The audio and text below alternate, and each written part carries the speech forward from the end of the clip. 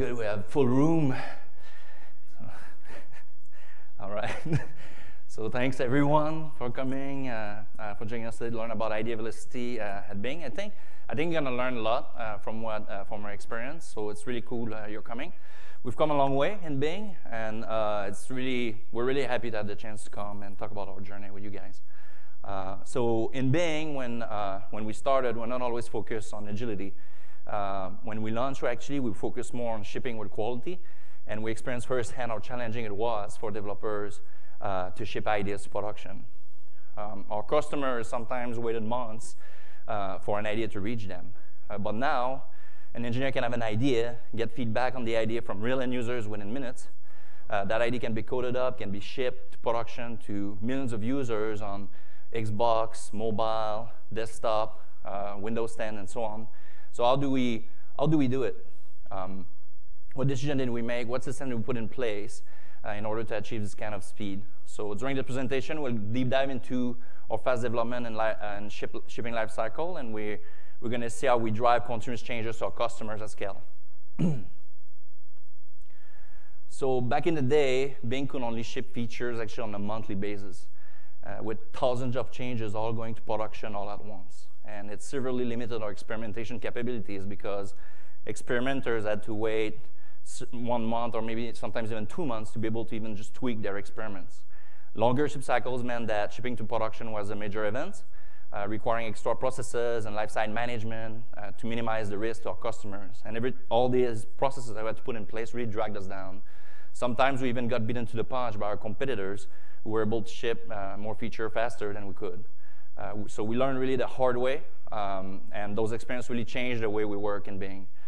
We created a team that we call an agility team, with a role to measure and understand where developers spend their time from ideation to production, so that we can ensure that we have the right processes, the right tools, and the right infrastructure in place so that we can compete.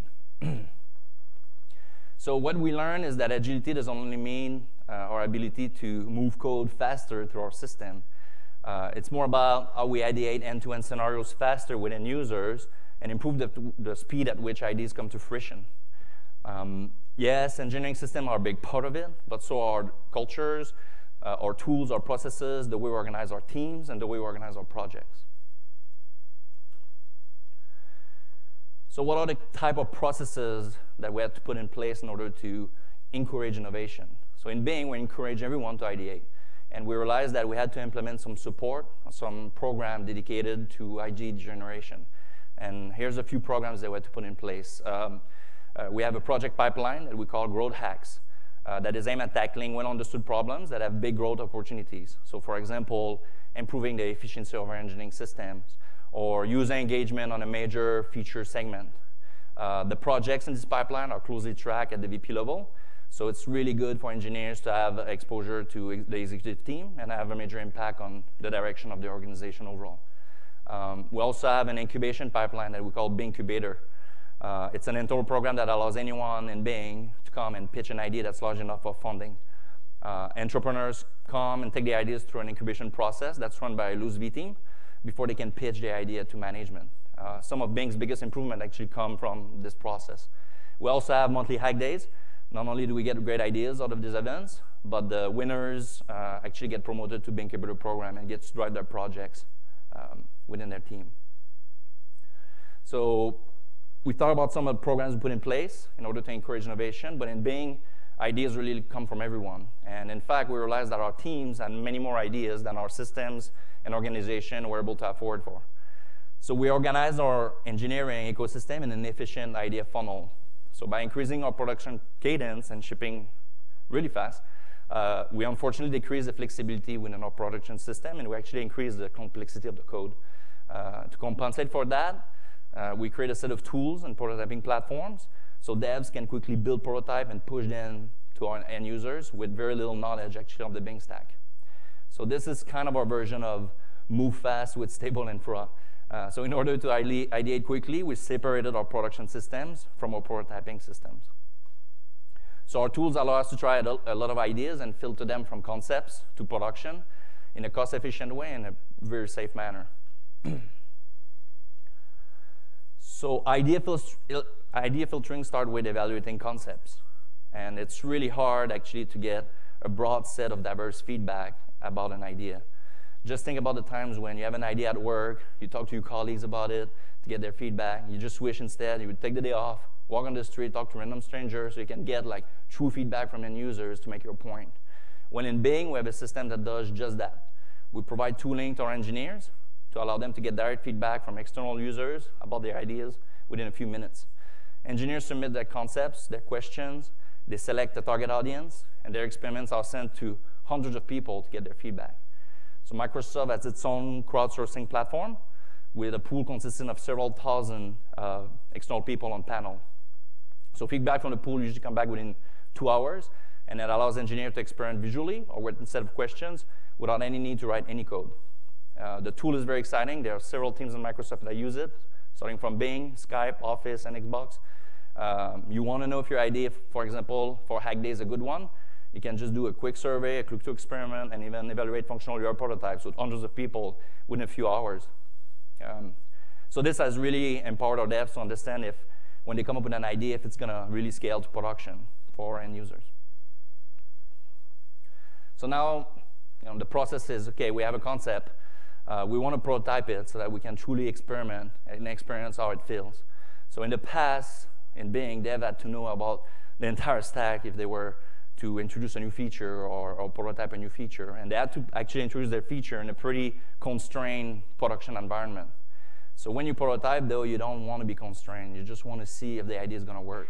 So we create a prototyping platform that's simple and flexible enough so that anybody in this room could actually come and prototype on Bing.com with no knowledge of the Bing stack. It's a web prototyping platform that uses Monaco IDE to present a familiar interface for devs. The prototype code is a web app, basically, written in JavaScript and CSS that's injected in the experience. Any experience that's Bing.com or Cortana and so on. The prototype has full control over the current experience. We provide some helpful functions so devs can build meaningful and impactful features with very little efforts. We have a push-button microflights with real end users that are available for prototypes once a set of gates are passed. And we have, once it's in production, we have an A/B system that kicks in, and the data just flows through, so those experiments have access to scorecards and auto-shutdown gates. With all that data that goes to the system, then the dev can decide if they really want to bring that idea to production and pay the cost of implementing it on the stack. So the production platform that we have is heavily geared toward code reuse and experimentation. A/B experimentation is actually a first-class citizen on the platform. In fact, on Bing.com, there are several thousand overlapping experiments going on all the time. We're talking about complex ranker changes to small UI tweaks. To stay agile, we've built a simple decoupled IOC-powered framework on top of ASP.NET MVC as main isolation blocks that runs on IIS on Windows Server. So it's very simple configuration. Of course, we built scaffolding around it, but it starts very simple. Everything from the infrastructural pieces to UI resources can be swapped out by a configuration system that we built in-house, and the success of the swap can be tracked by our Bing A/B system or experimentation platform, basically. For example, a platform engineer might decide to try out a new logging infrastructure in production and see how it behaves, or a front-end engineer can decide to switch the user ratings on specific devices. So we serve a bunch of different services in a single repo. We have everything from Bing.com to Cortana experiences to Xbox experiences to the Windows 10 experience to all the Bing API, all in that same repo. The whole trunk is kind of managed as an open source project. So we have hundreds of devs from multiple feature teams contributing both to features and to infrastructure. So the focus on code reuse and quality means that we can spin up new features pretty quickly. For example, the Bing Snapshot app took shape into less than 2.5 months from beginning to end. So in Bing, how do you get code to production once you roll your feature on the production system? So first, we kick off a code review. So we want our engineer to stay busy for the right reasons. So we establish a set of metrics that defines the dev in a loop. The dev in a loop is measured from the time the dev starts writing the code to the time it's committed.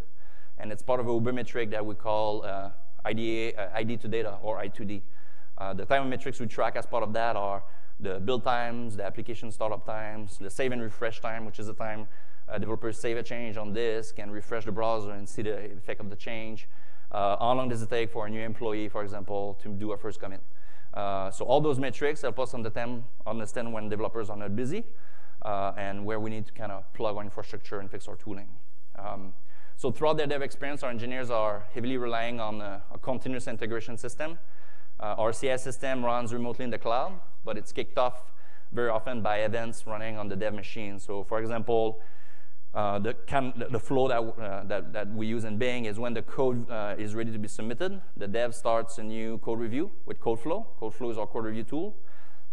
When a change is being reviewed, our CI system actually take that change and push it to a distributed build system called Cloud Build. Once the build is ready, we take that build and we push it to dozens of machines on a production bed, carved out in production, and we start running our entire test catalog against it. And only if all the tests pass, the code review is approved, that the changes is allowed to be submitted in the code base. Otherwise, the developer has to start over. It's very satisfying as a dev to work in the depot because in the middle of the coding, you can just create a new iteration, a new code review iteration, or kick off a remote build, and you're going to get test results within minutes while you can keep coding. So it's very fun. So we moved to a single trunk model before Cloud Build was created. So we initially had a package management system to distribute code across the division and also to reduce our build times.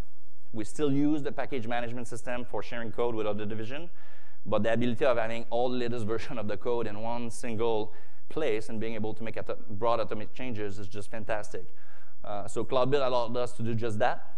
So we've been slowly migrating the code from the packages back into the branch for the things that we didn't share. Cloud Build is Microsoft's internal distributed build system. It's the key that unlocked our agility, and it's amazing. Like, it's really good. Years ago, for example, building the Bing index code base will take hours. And when we moved to Cloud Build, it instantly reduced our build times from 20+ hours to minutes. The code report I've been talking about the application services, our build times are calculated in seconds. So Cloud Build used thousands of machines in our production environment to perform buddy builds, production builds, CI builds, and it benefits from the same service management and monitoring infrastructure that we have in Bing, but also in other online services division of Microsoft. So the build improvements come from the fact that not only it builds the project in a distributed manner, but it also relies on the distributed caching infrastructure that's pretty sophisticated. So Cloud Build is efficient in the sense that it runs tests for us. So it builds as a test, it compiles as a test, but also runs unit tests if there's unit test project attached to a specific target. And it only runs the test that needs to be run. So for example, the way it does that is when a build dependency change is completely built, it executes the test associated with the target, and if the target is picked from the cache, it won't run the test for that specific target. So when a test failure happens, the system fails fast and breaks the build. We leverage the system in Bing, but we also have other optimization on top of it to improve our inner loop. So for example, we do 2 builds. We'll do one fast build and one full build. So in the fast build, we'll just say, don't build the test project, don't run the test. And that allows us to start pushing our bits faster to our production cluster so we can start running the test much earlier. So that improves our inner loops. While the full builds keeps running so that we can have a consistent build experience and all the unit tests are still passing. We also maintain a cache build, set of cache build targets on the deployment machine. So we build so many times that the machine we're deployed to have pretty much always all the same targets. So we will reuse those targets on the machine instead of copying stuff over the network. Finally, anyway, once all the files are there on the destination machine, we spin up our services. Our startup routine in production are heavily geared toward ensuring that end users are not impacted by warm-up issues. But in our CI integration pipeline, we just re-architected all the startup routine. We bypass all the delays so we can start testing as soon as possible. So with all those optimizations I've been talking about, our services are getting built, they're getting deployed, and they're getting started in less than 5 minutes so we can start testing them. So now that our services are started, we automatically kick off our integration testing.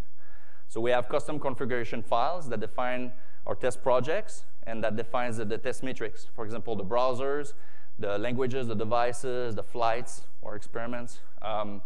So as we start up the services, we go read those configuration files and we push them to a queue in Azure. And we push, and basically each machine where we deploy to, they have agents running, and they keep pulling test suites from the queue, and they run it against the local machine. We run multiple instances of those agents to maximize CPU usage on those machines, so we finish running tests as soon as we can. We do optimizations such as running longer tests initially, so that the shorter tests run last, so that all the machines kind of finish running the tests about the same time. All test collaterals are part of our code repo. So we don't run into, we don't have any kind of external databases where all the test settings are defined and things like that. And that's very important for testability. We have a sophisticated visual system, visual comparison pipeline that allows dev to easily take snapshot of area of interest in the page when they're designing UI features and perform visual comparison with a baseline to ensure that nothing gets broken over time because there's so much churn on the code base. We run tens of thousands of tests in a single session. We actually run all the tests. We don't optimize, we don't do test selection. We run all the tests we have in Bing for every developer changes. And it usually lasts no more than 15 minutes because of the distributed nature of how many machines we pick to run the test. If a single of the tests fail, the whole session fails, and the developer has to investigate and start over. This all works really well in a system where you don't have product flakiness, test infrastructure flakiness, and test flakiness. So to give you an overview, of test stability is above 99.95%, but we're still aiming to have less than 1% of the dev session impacted by flakiness. So we had to add a bunch of strategy to minimize the impact of flakiness. So first, we detect many different types of infrastructure issues. We know it's us, so we just rerun the test. For example, before a test is added to the test suites, it goes to a process that we call scrutiny, where we just run the test hundreds of times, and only then that check-in is allowed and the test can be added to the test suites.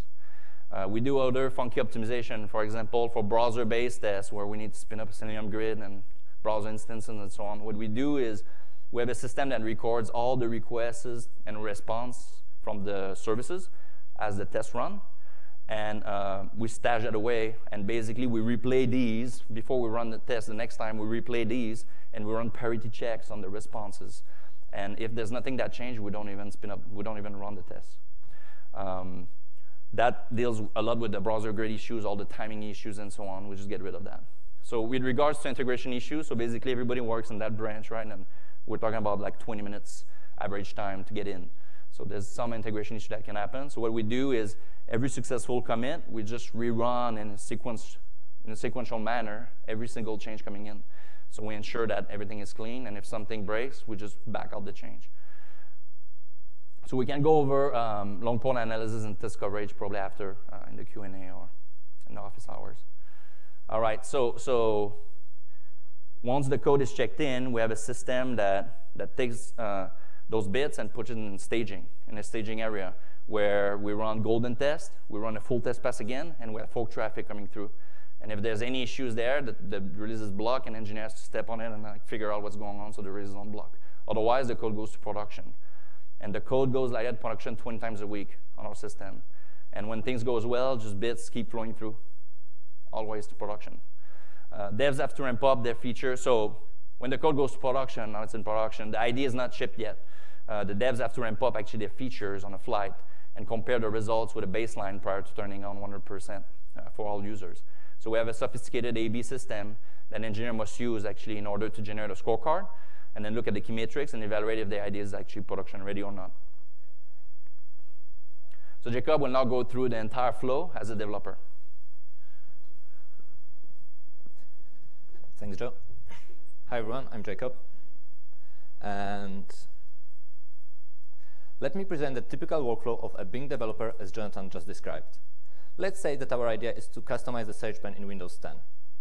If you have Windows 10, on the left of the slide, you will recognize our search experience. Our idea is to try to customize the Windows 10 search experience to the look and feel of the at-scale conference. On the right side of the slide, there is a mock-up of a Windows 10 customized search experience with the at-scale information embedded in it. Where do we begin? Let's first visit Bing Idea Labs, a portal created purely for quick and easy evaluation of the ideas. We can either create a new project or use an existing one. Since it's a brand new idea, we're going to create a new project for it by clicking the button at the top of the page. Project is a container for similar ideas. It allows us to capture variations of the idea in one place. In order to create one, I'll just have to provide a few details about it in order to easily find it later, mine the data, and so on. Adding a picture will let us easily distinguish our project among the others on the main page. Once a project is created, we can start testing and experimenting with our idea. Let's start with a new experiment. Bing Idea Labs allows us to create 3 kinds of experiments: surveys, image comparisons, and prototypes. For surveys, we support open-ended questions, multiple-choice questions, and single-choice questions. For our first experiment, let's start with a simple survey asking the survey panel about their experience with events and conferences. We will ask, how often do they attend conferences? How do they use search engine to find events and conferences? What information is expected in their query result? This data will allow us to better approach the next step of evaluation, whether the idea will scale to production. Within an hour or so, we have the data back from the survey panel, allowing us to better understand our customer needs. In this experiment, key learning from our panel were that the query result needed to provide crucial information about the event, like its date and its time, as well transportation information, schedule, speakers, or contact information. After analyzing all the feedback from our participants, we can move to the next step, which is image comparison. Let's start with a quick look at the A/B comparison page. Here, we illustrate that you can target a specific set of people to help us evaluate our idea. So we're going to target employed people in their mid-20s to mid-40s. On the right side of the slide, we are showing them with 2 layout concepts, both integrating at scale look and feel into the search pane in Windows 10. Here are the results for this experiment.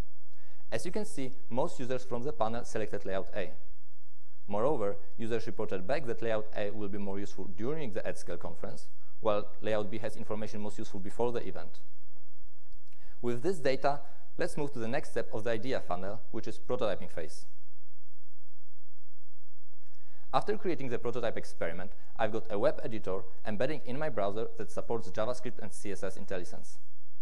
Implementation of what's happening at the at-scale right now, it's pretty straightforward. We just have to create 2 React views and provide a schedule in a JSON format. Oh, and let's not forget about the logic not to execute the code when it's not needed. Once we're done, we can expose the prototype to external users and gather data about it through our push-button A/B system. Once we're confident that our idea will work, let's make it ready for production. To implement the prototype from the previous slide, I'll swap an existing template used in the search pane in Windows 10. In Bing, we're using this Sparkle View Engine as our templating engine. It's based on the open source Spark View Engine project. Sparkle is an XML-based language. It provides powerful features like view resolution, encoding, or validation infrastructure. View resolution allows developers to write a view once and redirects parts of its rendering to the other templates, based on a broad set of conditions such as the experiment the user is in, the user device, the user market, and so on. It's also very extensible. Developers can use it to create their own custom validation rules. For example, we can validate that we don't have hard-coded English strings in our templates, like the at-scale conference you can see on this slide. Sparkle views can be compiled and rendered both on the server side and on the client side. For client-side rendering, which is used in the Windows 10 in the search pane, Sparkle views are being compiled to Facebook's React templates. In Bing, over the years, we built a massive amount of Sparkle views used for server-side rendering, and we wanted to be able to leverage them for client-side rendering as well. We also wanted the client-side to be efficient, and we didn't want to rewrite a brand new infrastructure that's going to replicate the features already existing in React. So we decided to build an intermediate layer called Sparkle React that transcodes Sparkle templates into React templates.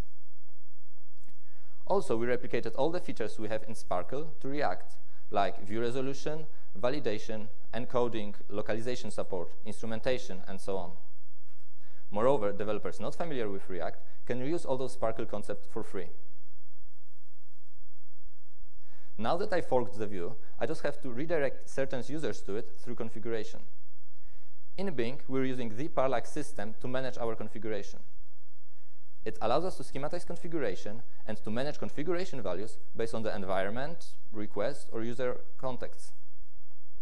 It validates the files upon loading, and it easily allows us to manage primitive types as well as complex structures, such as lists, sets, or maps.